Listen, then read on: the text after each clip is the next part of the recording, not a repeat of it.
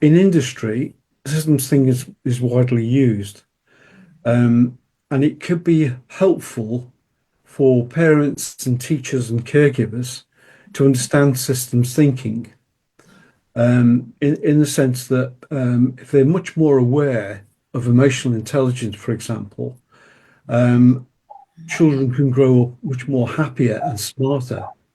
So we know that through teaching, even on MBA level, that we taught children, when I say children, grown ups, with emotional intelligence, and they're much more capable of achieving better exam results, for example. So, and it isn't really just my opinion. This is World Economic Forum, which has identified emotional intelligence as a really important skill set, which helps to build relationships, and interpersonal skills. So there's effective oral and written communication. So it's not a completely new thing, but really important for developing skill sets with young people. We've done that with, like scientists. We've done that with certain corporations with scientists teaching them emotional skills.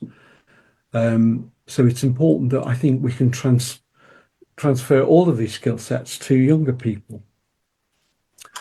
And the reason for it is that it enhances skill sets, ethics and well-being, creativity beyond borders. So it encourages creativity. We all know that's important for children, but rather than suppress it as they get older, we should really be encouraging it in some way.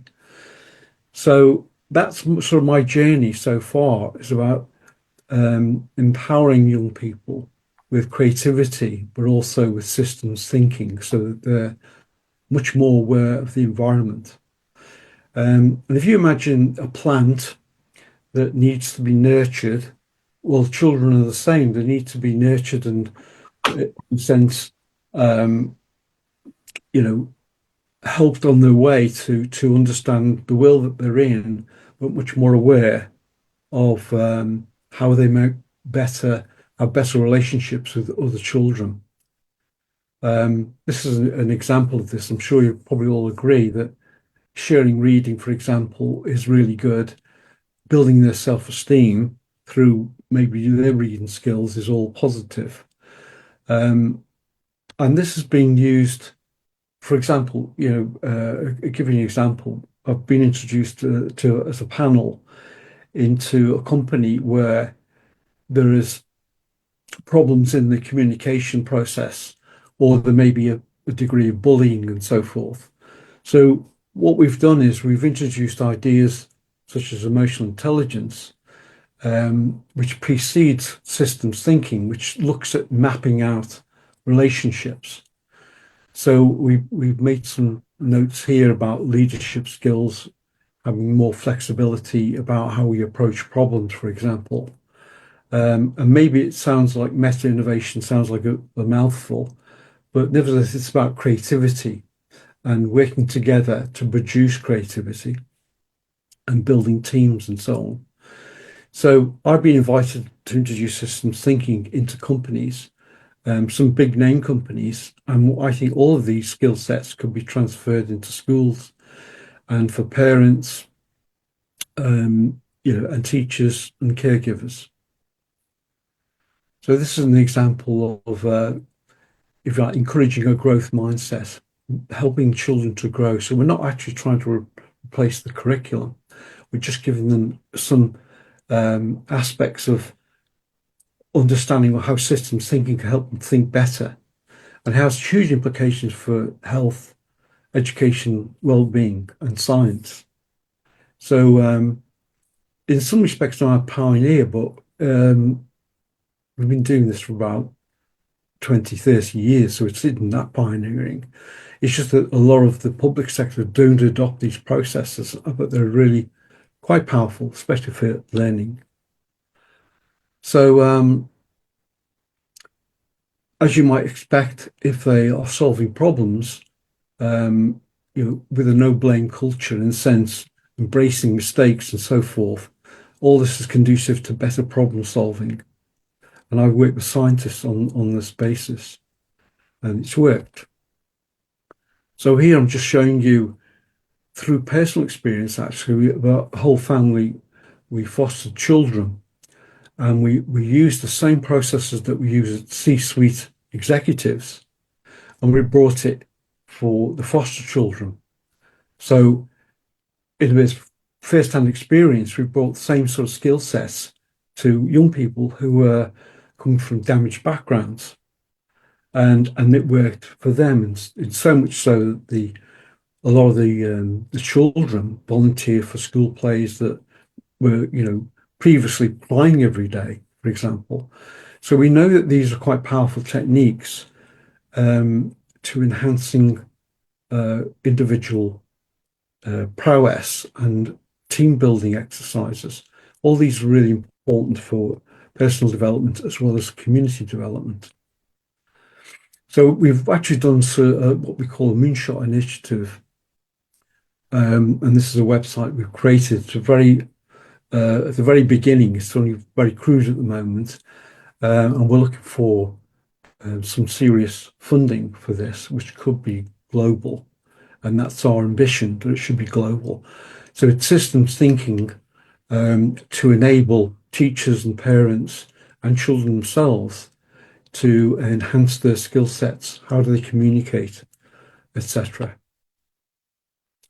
So the way I see it, at least, is that AI, we can't memorize things better than AI because AI remembers everything, if you like. But what we should be doing as teachers and parents is guiding our children with emotional safety, with guidance in that sense. And that would change our roles somewhat into just helping them to memorize things, helping them to prepare for the world, as it were. So developing relationship skills, awareness, self-control, self-esteem, empathy, purpose, interpersonal skills, all of these things help us to grow as individuals. So that's where we're coming from. And we work with this with universities and with scientists. And there's no reason why it can all be transferred to help young people to grow. So this is a workshop we did in Dubai recently, just a few months ago. And we introduced artificial intelligence, which you can see the thing at the bottom is like two little eyes. It's a little robot. And the class saw it as a pet. And it's connected to the internet and connected to ChatGPT. So it can answer any questions that they want to ask it, obviously with teacher supervision. So we can use AI as a huge advantage and then our role maybe as teachers and parents could be guiding, their ethical growth, etc. So many things, I think, is a real potential for the future. So we've been into schools, we built teams, enhanced the community setting, and empathy, and all these sort of, if you like, soft skills that help them to grow as individuals and within the community. So we developed some processes called the Innovation Matrix, which actually is behind me on the wall, if you can see it. But it can be very simplistic. And these are some of the companies that actually use the Innovation Matrix that we've worked with, Shell and ABB, for example. And this is used all over the world, governments, NASA, Unilever, Harvard Business School, and the University of Birmingham, where I taught the business school there. So these are actually processes that are already out there that we should be using to enhance our children's skill sets and make them much more aware of how they can actually, be responsible citizens, but also take ownership of their own learning, I would say. John, I just wanted to give you a 1 minute mark, and we can continue the discussion after everyone's presented if people want to do that. So thank you. Sure, no problem at all. I'll whiz through it. So it's about values, diversity, social responsibility. There's only a couple of slides left. So emotional intelligence precedes systems thinking. So you can map out what the problems might be, but you need to be able to understand how you might collaborate better, communicate better. So the most important thing I think that we bring to the table is confidence. When we were working with foster children, their self-esteem was so low because they come from damaged backgrounds.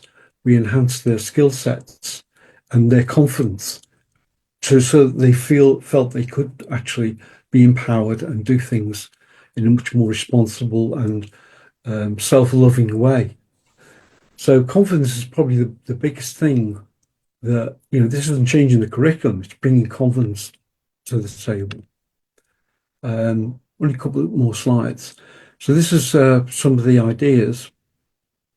I say the Sharjah government have supported this, and they've allowed us to go to Dubai and actually enhance the learning skills of the children involved. These are between 8 and 13 years of age. Um, and I just wanted to sort of say something. This is like I've got an award here.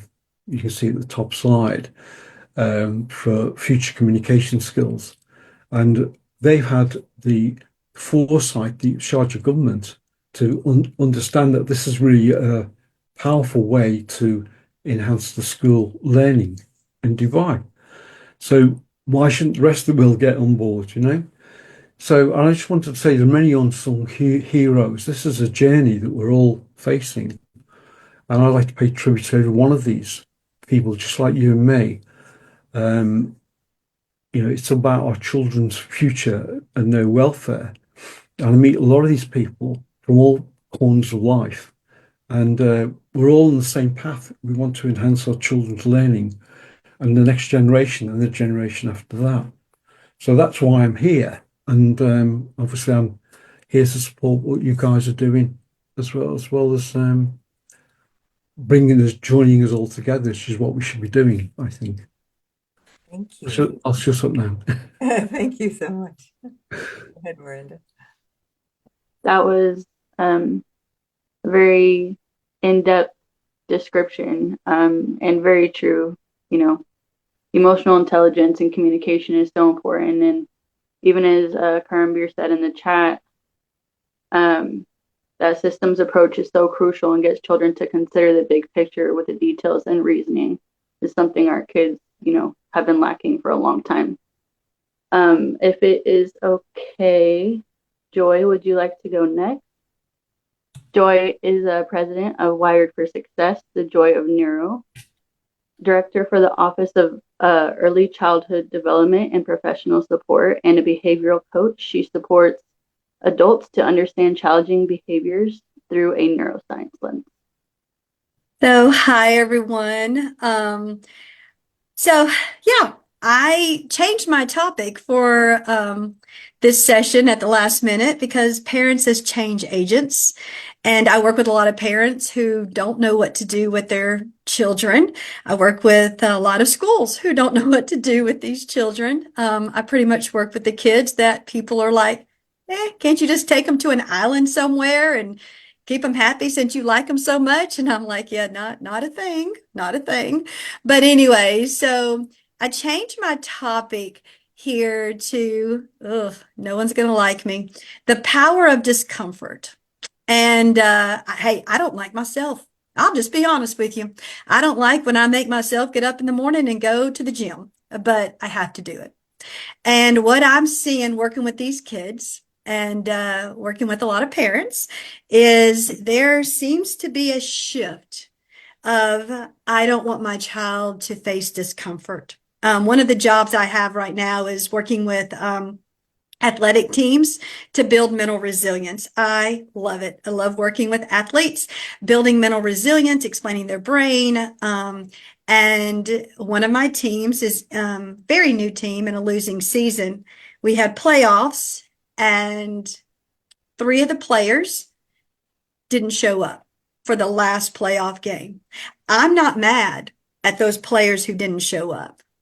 I'm upset at the parents who didn't make the kid do the hard thing. You show up. You show up for your team and you do the hard thing because life is full of hard things. It's full of papers you don't want to write. It's full of work you don't want to do. It's full of chores you don't want to do. It's full of showing up after a losing season and supporting your team at that last game.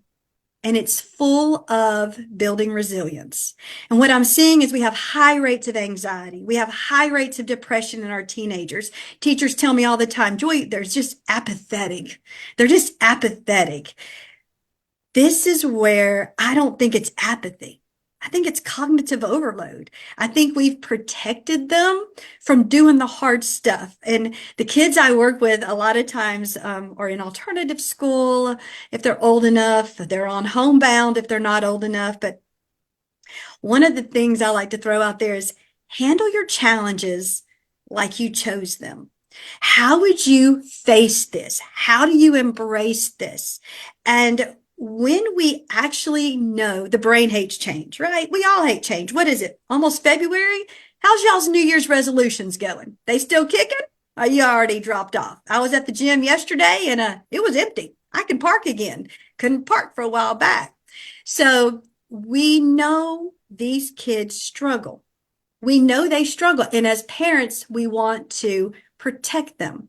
So how do you encourage them to do the hard things? Well, one of the things we can talk about is that the more you do the hard things, the more your brain physically changes. And there's a special part of your brain called that anterior mid-cingulate cortex that we all know and love. The more you do hard things, the stronger that part gets. The more you avoid hard things, the weaker that part gets. And then where we give kids is to say to them, this is the hard thing. This is what we need you to do.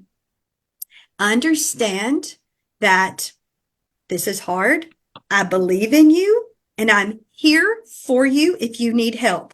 And then open-ended question. How do you want to get started? If they say, I don't know, 2 positive choices. If they say, I just don't know, assertive command, then back up to open-ended question. So let's make this a parent conversation. Let's make it a little simple. I've got a child who doesn't want to clean their room and it's nasty. It's a mess.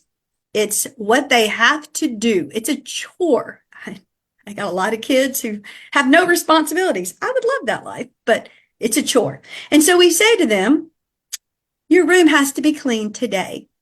I'd like it cleaned. I don't care if you even give them a time by 5 o'clock. How would you like to start cleaning your room? You let me know. I don't know. Fine. Do you want to start with the laundry on the floor? Or do you want to start with picking up the toys? I said I don't know. Phenomenal. I'm going to grab the laundry basket. I'm going to come right back. And we're going to grab the laundry together. Make sense? I'd be right back. Come with the laundry basket. You ready to go? I don't know. Great. I'm going to grab the darks. You're going to grab the whites. Let's see what happens. I don't know. Great. Grab the whites. I'm going to grab the darks. Let's see who can better. When they start open-ended, you ready to pick up your toys? Yes. There you go. You back off and you come back in. What that does is it drags them from being stuck in cognitive overload. It drags them from not knowing how to get started to moving forward. I've got a lot of kids who are afraid of failure. They're just afraid to fail, so they take no risk. Learning is risk-taking. So learners take risk every time you learn something new. I've got to have some risk takers in there. But let's all be honest. If I can get 17 dopamine hits playing video games or 1 dopamine hit reading a chapter of a book, which one am I going to pick up? Look, I'm guilty. Popcorn brain, wide open right here. If I can read 10 neuroscience articles in the morning, that's my addiction, or 1 chapter out of a brand new book, I'm going to go for the 10 neuroscience articles, even though it's going to take the same amount of time, because I'm going to get 10 dopamine hits just like this. Does that make sense? So I have to program me. I have to do the hard things to not chase the neuro articles and to sit and read a book because I want to keep my attention. I don't want to have popcorn brain. Our kids are in a constant battle of being flooded with information, flooded with entertainment, flooded with dopamine. And then we ask them to do things that don't really have a lot of dopamine hit. I hear teachers all the time say they don't care about grades anymore. Why should they? There is no dopamine hit that can match 4.5 to 5 hours of gaming waiting on them when they get off that school bus. That's going to give them an A. Oh, great. I got a 98 on the test. Phenomenal. But now I know when I get off the bus, I've got gaming at home. I've got streaming YouTube at home. This is where we have to start understanding school. Do we turn it into a gaming experience? Or do we start asking parents to help us? I work in schools all the time. I sit beside teachers. I walk the halls with these kids. I sit with parents as much as I can. What we're finding is parents are throwing their hands up saying, I can't stop the dopamine hits, but I don't know how, and I can't because they love them so much, but kids really aren't caring about school. If I can get teenagers anchored to their future self, okay? Why do you want to graduate? What do you want to do when you graduate? Most of them say, I don't care, I don't know. Or my favorite, I'm going to be an influencer. I don't need to graduate. Great, baby. What you going to influence? Because I need you to stay in school for a minute. Okay. So if I can get them to anchor to a future self, then I can start creating, as crazy as it sounds, dopamine hits as ways to get there, if that makes sense. So I've got a little boy now. He's ready to drop out of school. His dad got him a drone for Christmas, $1,500 drone. Okay. Guess what? We just created an LLC for that drone. He's starting to do drone business, and his dad's helping him build a business, and he's starting to fly that drone to do property management. And now he wants to go to college so he can understand how to open his own businesses when he's an adult. Phenomenal. If you find what that passion is and you link it, he's still doing the hard stuff. And that's what I tell him, buddy, you got to do your homework. You got to graduate. And when he does, he can get to that stuff. So I think that's where, when we ask these kids to embrace discomfort, we ask ourselves to embrace discomfort, which I think even us as adults don't want to, which is fine. It builds resilience. It motivates learning. It builds to that confidence. It leads to that longer well-being. I think that once that we really look at those moments that cause that intense friction and we celebrate, you did it. That becomes those powerful moments that they can say down the road when the next hard thing comes, oh, wait a minute. I've got 100% survival rate of the worst days ever. This day ain't nothing. That's where I'm not saying we just throw them in the cesspool and let them drown. But I am saying, oh, here comes the words that people are going to roll their eyes. Y'all ready? We let them engage in productive struggle. And that productive struggle we do beautifully in a lot of our classrooms at school. And what we know is that we give them a task just beyond that skill level. And what we find is that when kids get it, huge explosions of confidence, huge explosions in engagement. And you're like, how in the world did you get that? There's no way you did that. That type of authentic engagement with them helps them to embrace the discomfort down the road, to do the hard things. And I want to challenge us that, yes, we're worried about our kids' mental health. I get it. But are we so worried about their mental health that we're not letting them prove that they have the resilience and they are strong and they are confident to do the hard things down the road? Because we're not going to be here forever to help them when they're 30 and 40 years old. When I get these kids that no one believes in and I'm the only one that believes in them, it is so funny to me how many of these kids light up. Yet I'm one of the hardest people on them because my expectations for them are high. Now, I know you might need a little bit more steps to get there. I'm there. I'm right there with you. I'm not letting you drown, but I am going to let you have that productive struggle. Now, my background is education, so I'm a teacher first, mental health second, neuroscientist third.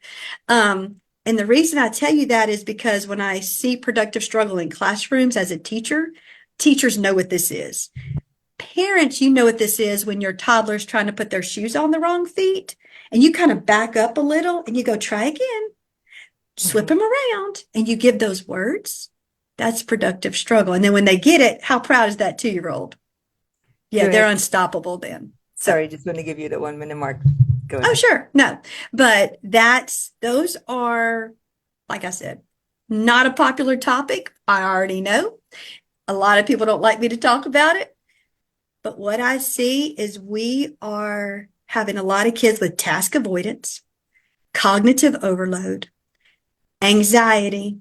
They are diving into social media, diving into their tech, diving into games instead of looking up and connecting with people around them and doing that authentic engagement and not saying, you know what, I'm going to show up to this last game for my team. But instead of saying, I don't want to do that because it's too uncomfortable, so I'm not going to show up. That's where I think we need to challenge our children a little bit more.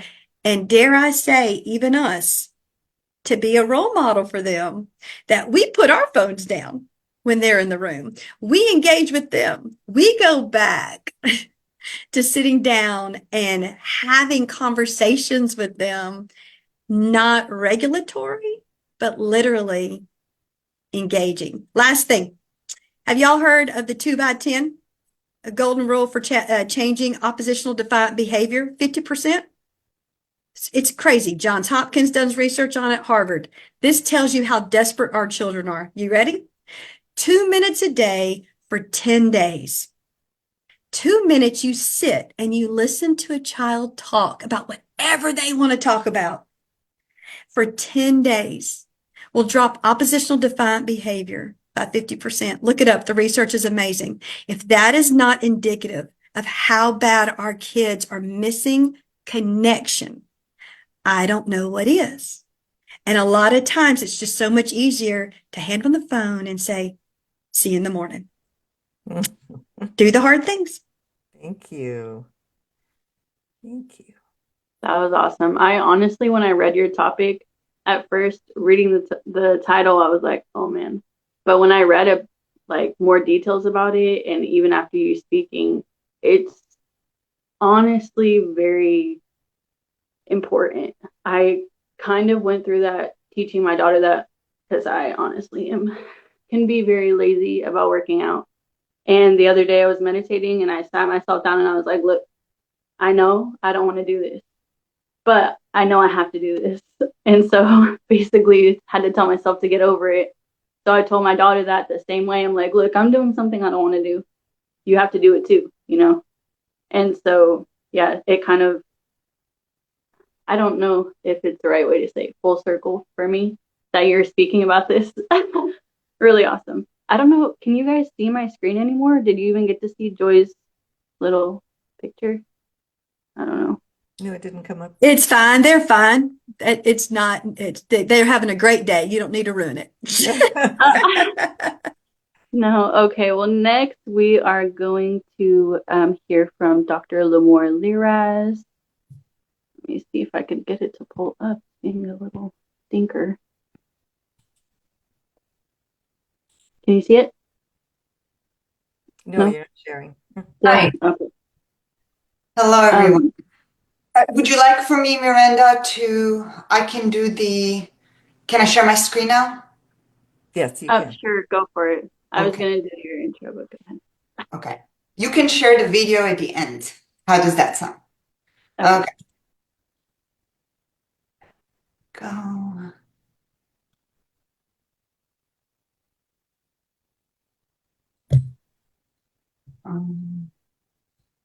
Can everybody see it clearly now? Okay, awesome. Well, Yes. thank you. Thank you so much, Evolving in Education, for having me. I am delighted to be here. I love speaking about children. I love hearing from the other speakers. That was so insightful. So much information. And today, so I am trained as a neuroscientist and I'm a mom. So it gets really, really personal for me. I've spent years studying the brain and I can relate to a lot of the things Joy was saying. We are definitely, I feel like now is the time to act, and Evolving in Education is doing it. You know, we now more than ever need education reform. And so where I come from and everything that I discuss and my passion for maximizing child brain potential, everything that I do is through a science lens. And so today what I would like to do for you is to take you on a little journey, and we're going to switch gears and talk about the curriculum and the schools and what is missing from the education puzzle, because I think it's so important. And this is where it gets real for me. I have an 8-year-old daughter, which of course I love very much, and I give her everything. And I read everything I could under the sun to be the best mother, the best educator, the best everything for her. And so one of the things I do is I go into the local schools, and I just love volunteering in this way, because when you're truly inside a school, only then you can see what works in education, what doesn't work. And it doesn't have to be a long time. I mean, these are the pieces that could be missing from the puzzle. And so as I'm in the schools, I'm getting to see it in real time, the interactions with the teachers. How do we shape bad behavior? What is the learning level of all these children? I mean, we're talking about 24 kids in a classroom.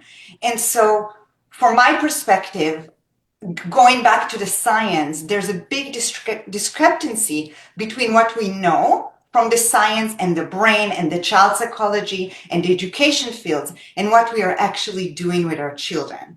And so I hope that today we can piece some of that together. And of course, like any problem in the world, this is multifactorial. We have to think about the teachers. We have to think about the quality of the learning. We have to think about the curriculum. Does it extend across all disciplines and tie everything together? We have to think about how we shape behavior. Are we using too much technology? Or are we not using enough? So all these things are going into the puzzle.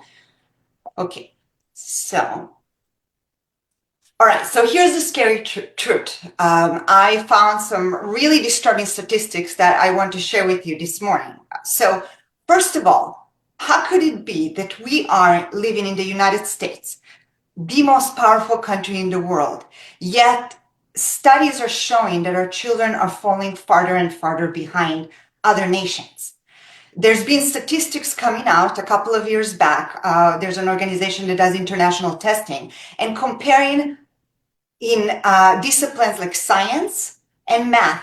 Our kids are ranked in science 16th out of 81 nations tested. And in math, they're ranked number 34. And they showed in those studies that the top 5 nations are all from the Asia countries. So that's pretty scary, right? I mean, the question is, what is going on? We also know that if you trace education and what they've done in the schools in recent years, we also know that programs such as physical education, which is so important for our children, the arts, whether it's dance, music, theater, all these programs in certain schools and certain areas around this country are being cut back. But in favor of what, you may ask? Well, the teachers are spending the time teaching the kids for the tests. We're talking about these national standardized tests because we always, in our test happy culture, we want to compare everything. We compare kids to one another. We compare school districts. We compare classes, right? And so the point is that when we are a test happy culture, focused on testing and studying for the tests, once again, as people have referred to, memorization of facts, that doesn't work. We have to somehow find ways to really ingrain this learning in our children. And so some schools even go as far as sacrificing recess time. And this is what you could see here by this article, The Death of Recess in America. A real article, super fascinating. Look it up if you can.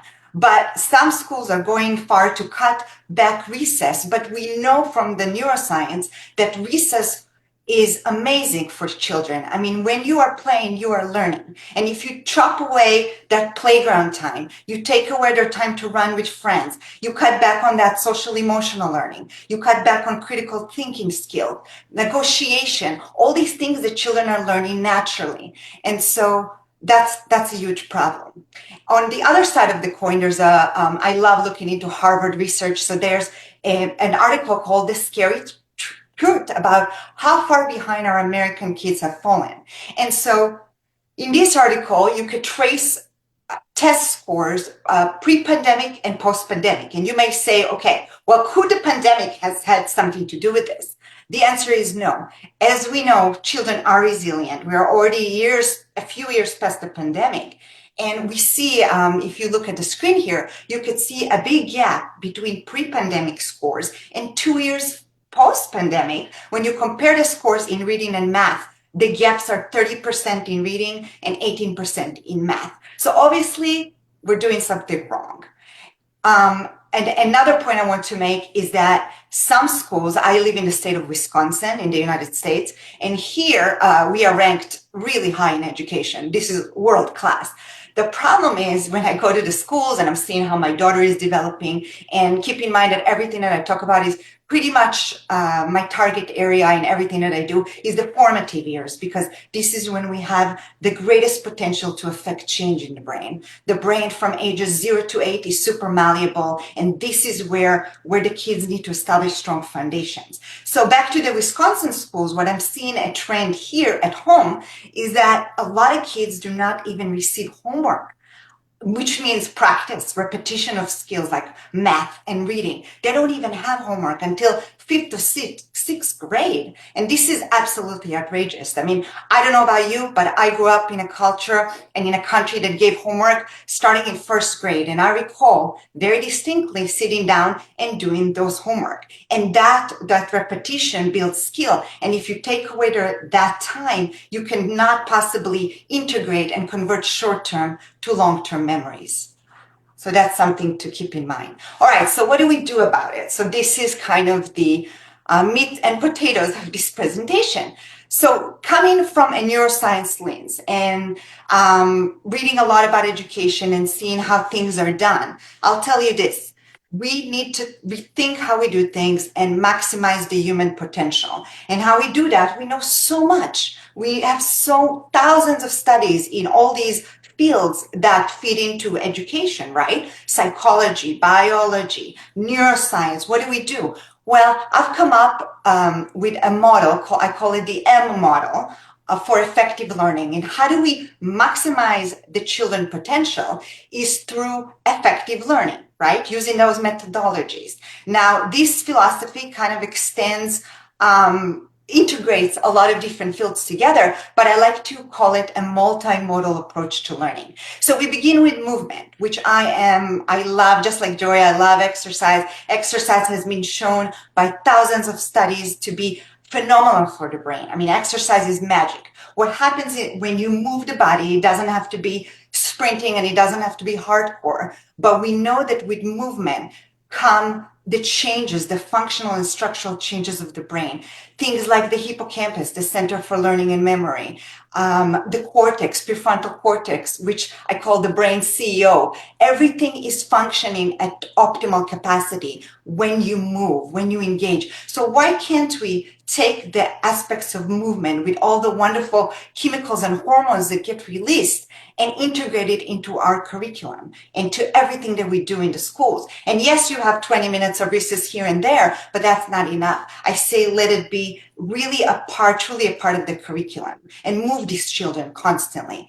Second thing is mood, and that one feeds into another. You see, when we move, we get an influx of mood stabilizing hormones and molecules in the brain. And so with mood, I would say, we know that the emotional state that you learn something goes a really long way. And so when we have happy kids, we have motivated kids, and we get their mood, we give them a mood boost. And there are many ways to do this, but we put them in this state that the learning can be maximized. And going a step further, the next M is for memory. So with memory, our goal is to convert effectively short-term to long-term memory for these children to remember what they're learning at school. And so to do this, of course, we need to think about things like nutrients. Are we feeding the kids all this highly processed food that tastes yummy and that children love? Or are we thinking, let's feed the brain the good nutritious food that it needs to have faster metabolism, to be less foggy? And so when we do that and we compound these learning effects, right, we maximize the effects by also making sure children are getting enough sleep and they are not sitting in their technology late into the night, we are maximizing the learning for them. The next big thing that I'm into is multisensory learning. Now we know that information comes into the brain from the outer world through all our senses. We're talking about vision and hearing. So you're seeing my PowerPoint, you're listening to me speaking. You're also, if you are next to me, I will actually give you some sensory material so you can have that tactile feeling, and it integrates in the brain in multiple structures if I'm trying to teach you something. So the best example of that is when I work with children, and I love creating these learning experiences for children in child boosting classes, I call them. So for a child to learn a letter, for example, if they draw the letter A in the sand, that feeds in and they hear me say A, ah, eh. So it feeds into their brain better. It integrates across multiple structures and the information gets solidified and integrated so they can remember and learn it better. And so the final M that I have is for modeling. We really truly underestimate what big role we play as parents, grandparents, educators, caregivers. Children are constantly watching us. They're learning just by observation. And how do we know? Well, in the brain, around the 90s, there were studies coming out of Stanford showing that the brain, in fact, has mirror neurons, which means that biologically we are wired to learn from one another and pick up skills by just observation. So if I watch you read a book, I can learn what I need to do to focus my attention, what I need to do to read a book, or a skill. If I watch you do Taekwondo, I can learn from you just by watching. And so when we model good behaviors, when we model compassion and kindness, when we model all these things, the children just pick it up automatically. And so that's very important. Lemur, I just wanted to give you a 1 minute Yeah, more. I'm there. Thank you. Thank I'm there. All right. Oh, okay. Yes. Thank you for that. Hold on. Absolutely. Thank you. I'm going to Okay. play, there's a video that we're going to watch together. Yes. So I'm going to share my Yes. screen. So as you load this up, so I want to leave you with something a little bit inspirational. I found this, I thought it was phenomenal. There's a teacher in China giving her children brain breaks unlike anything I've ever seen before. So before you play the video, just to let you know what a brain break is, if you don't know, in the classroom, the kids need to reset the brain. They cannot just learn all day. So teachers normally go on YouTube, put something like gentle yoga for children or brain break, like a dance brain break, something like that. But this teacher in China has taken this to a whole other level, which I want you to see this 30-second video. Okay, here we go.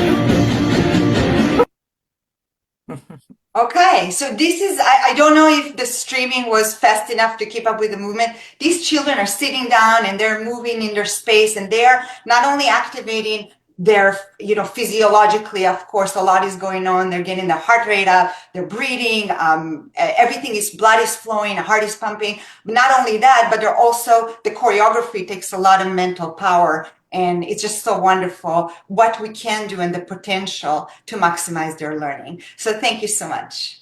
Thank you. That was an awesome video. Thank you, Lamora. And I apologize. I was unaware of your name change. Um, Also, my own daughter does comes home with zero homework. Like she never, for all these years of elementary school, she's in fifth grade, she still has no homework. And I don't get it, but she sometimes even gets recess taken away from her. And I feel like she has no like creativity anymore. It's just all been stripped away. And she, with no even playtime or anything, it's almost like I'm just sending her off to a little indoctrination camp. I don't know. So I hope that these, techniques eventually take wind because our kids are the ones that are suffering. And I still don't know if you guys can see my screen. But next up, we have Amber Smith. As you know, Amber is our founder of EIE. She previously was in underwater demolition and cave conservation, and through seeing her own children not having equal opportunities in education, decided to make a change in the world. So Amber, I'll give you the floor. Thank you, Miranda, and thank you everyone for being here. So my journey into education and nonprofit were somewhat unconventional, as Miranda said, underwater construction, demolition, and underwater bridge inspection.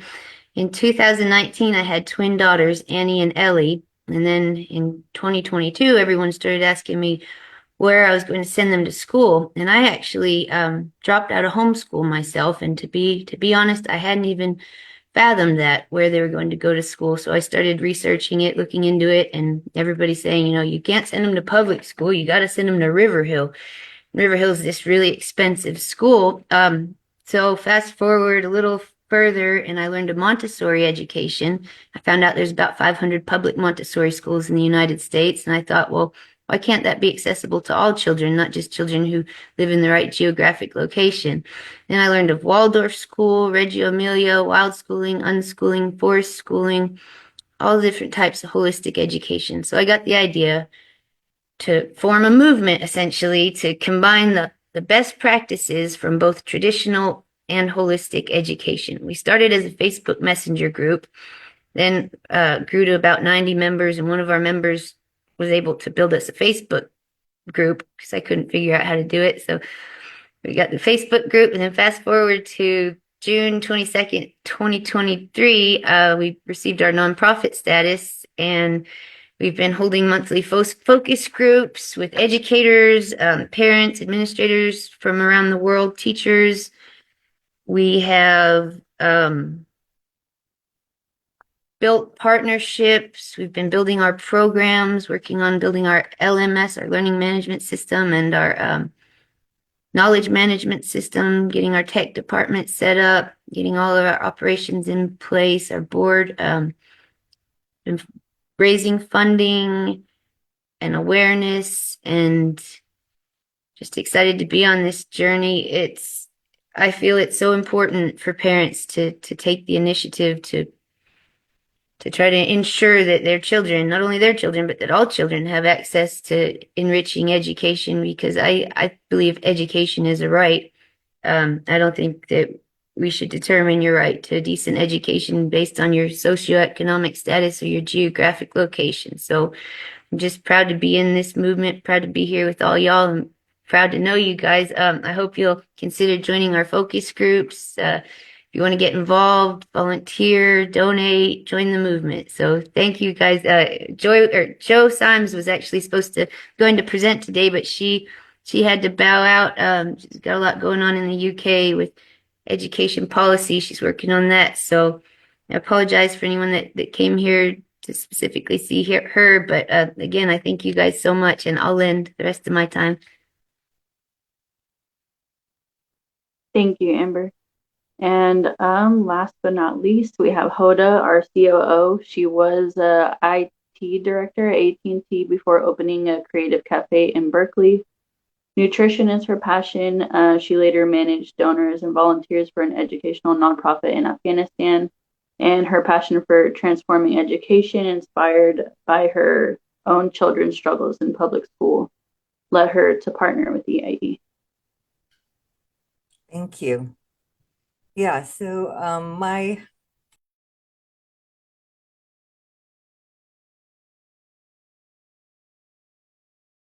Sorry, you're muted. good, you didn't miss anything. So thank you so much. My focus the last few years has been on nutrition because I counsel adults on how nutrition affects both their emotional states, their physical health, their ability to recover from any kind of health challenge. So, and I'm a chef, and in my family, we're all cooks, and food is a very central part of our lives. So I've married two things that I'm very passionate about: my concern for children and my knowledge of what food can do and what it is doing. Unfortunately, we don't see it anymore as what is literally feeding our cells and creating our tissue. And it's just all about taste and palate and fun and quick. So I don't know if any of you follow people on Instagram, but there's a wonderful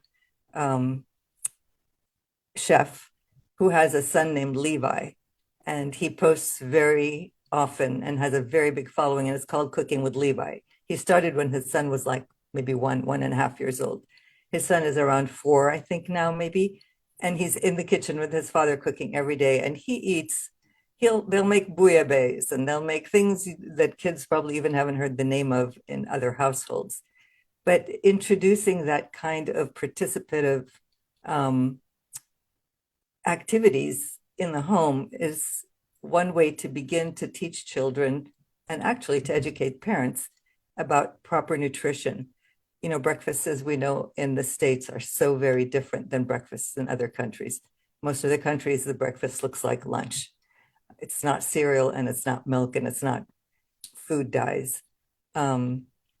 So how to reach parents who themselves need education about it is one question. And there's a very lovely program called Becoming a Nutrition Detective that I did in a local private school here a few years back that engages children by showing them how to read food labels and making it fun. So there's a formula, for example, to figure out if the carb that you're about to buy is something you should buy or put back on the shelf. And it's simply, I'll just tell you this, maybe a lot of you know it, but if you take the total carb number, let's say what you're looking at has 29 grams of carbs in a serving, and right below it will be the fiber number. So if you add a 0 to the fiber number, let's say it's 3, now you have 30 for fiber and 29 for carb. That's too close together. It's going to break down into sugar in your body a little bit too quickly. So what you want is when you add a 0 to that fiber number for it to be significantly, as much as possible, larger than the carb number. So it'll break down more slowly. So we give them formulas like that, and I take boxes of cereal and packages of bread and cookies or whatever kids buy and show them how to evaluate whether that's something they want to put in their body or not. So I think they're engaging approaches we can take. I am struggling with how to get parents engaged. There's this idea that healthy food costs a lot more, and that's not true. If people know what to choose and understand what pesticides are doing to their kids and what food coloring is doing to their kids and their inability to be focused in school with the sugar high they get every morning. So I'm just going to be brief. This isn't a topic that's not unfamiliar to everyone. Thank you. Can I comment on this? Yes. Yes. My child had some developmental issues like autism spectrum, and I helped him by cutting off all sugars. Everything that contained sugar, it was off the plate for 8 years. No, none of our family ate any sugars for the next 8 years. And I could say also the grains, I cut off the grains as much as possible and introduce healthy fat. And I can say that his cognitive skills improved greatly, and also was not violent, so more so much upon other kids. So I can say that the diet plays very crucial role in this. Yes, absolutely. I come from a very large family and I actually have 32 great nephews and nieces, not just nephews and nieces.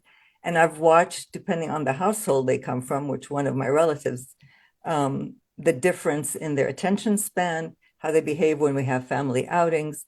And it's so obvious that the kids that have more access to candy and cookies and, like you're saying, have bread with every meal, behave much differently and are not in control of their body as the kids from the other kids, my nephews and nieces who eat a healthier diet. So yeah, it's very, very obvious. Thank you guys. And also, if anybody else had any questions or comments, we are now going to move on to questions. There are some questions in the chat, but if anyone wanted to just start and then we can go.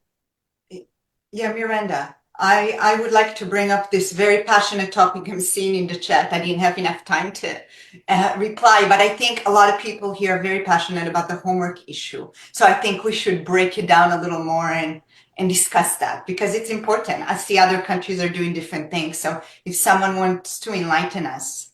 The only reason I will just say one sentence on my end as a scientist, I've been reading a lot into education, what works, what doesn't. And from what I'm seeing, the big thinking minds in the country, what they've suggested in their books that I'm reading is that without homework, you are going to lose those skills. You're going to lose those children. They will never learn their math appropriately. They will only maybe pick up pieces. They'll lose the foundation if they don't practice. And why it makes sense to me as a scientist is because anything you don't practice, you know it for yourself. If you didn't practice a foreign language, you will never learn it. If you didn't practice your piano, you will never master it. To master math or any skill for that reason or for that sake of argument, to master anything in life, we know that that's how the brain works.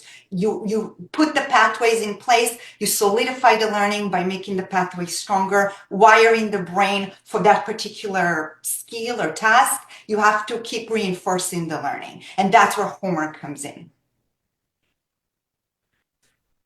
Would anybody like to comment? I know that a few people were speaking about it.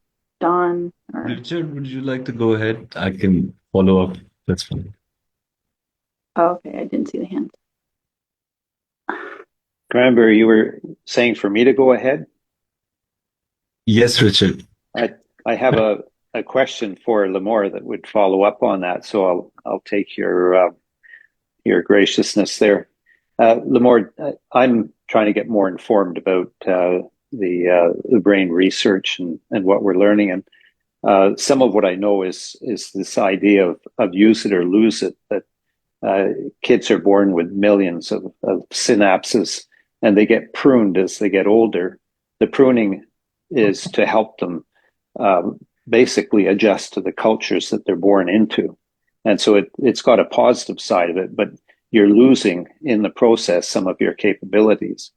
And one of the things that I've read is that when kids are sitting in school, bored to tears, that their brains are actually more shut down than when they're sleeping. And so are these synapses being pruned during that time?